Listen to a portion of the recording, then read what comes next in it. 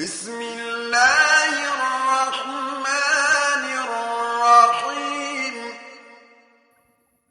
السلام عليكم ورحمة الله وبركاته.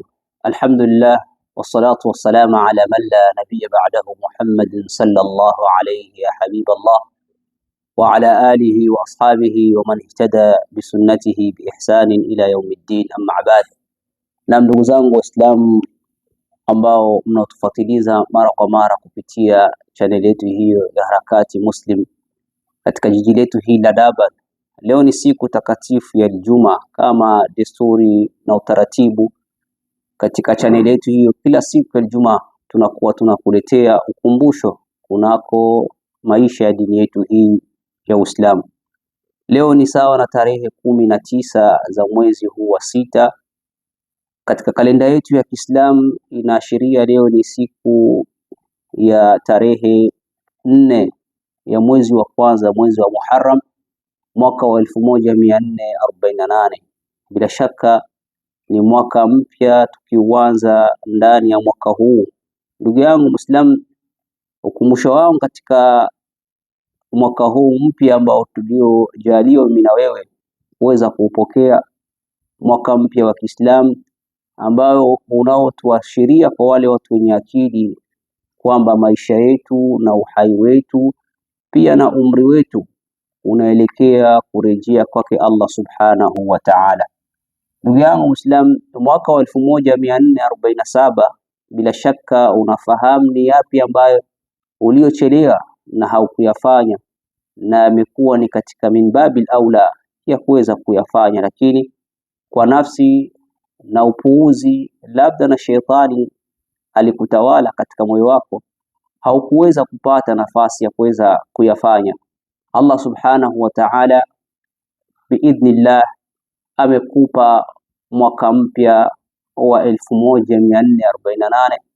Wallahi riziki yako wewe kuweza kumshukuru Allah subhanahu wa ta'ala na kuweka nadhiri na nia kwamba jambo lote la kheri halitokufutu, bimaana halitokuacha.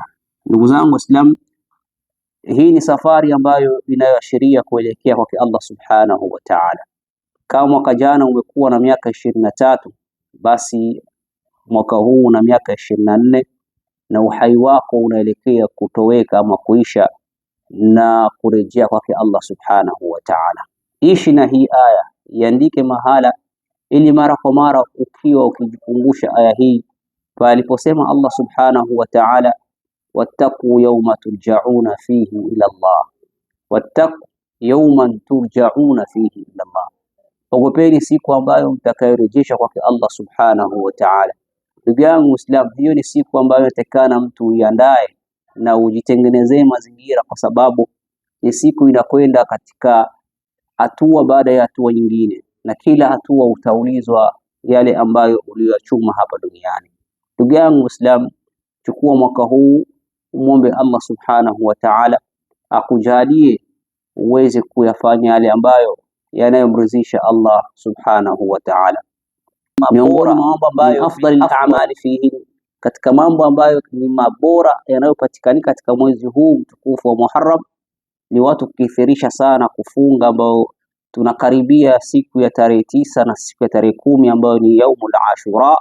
Watu kuweza kufunga kujikurubisha kwake Allah subhanahu wa ta'ala, na amali nyingi ambazo zipatikanazo katika mwezi huu mtukufu wa Ashura, mwezi huu mtukufu wa Muharram, kwa sababu ni mwezi wake Allah subhanahu wa ta'ala. Mwezi huu wa kwanza, mwezi wa Muharram, ni mwezi wake Allah subhanahu wa ta'ala, ni mwezi wa kuishi katika tauba, pia tuishi katika adhkar na tusimamishe sala kwa sana, ili Allah subhanahu wa ta'ala atupe thabati katika mwendelezo wa miezi mingine ijayo, tuwe na imani thabit na barabara.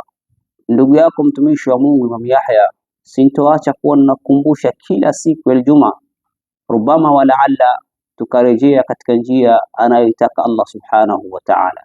Kuwa nami, wassalamu alaikum wa rahmatullahi wa barakatuh.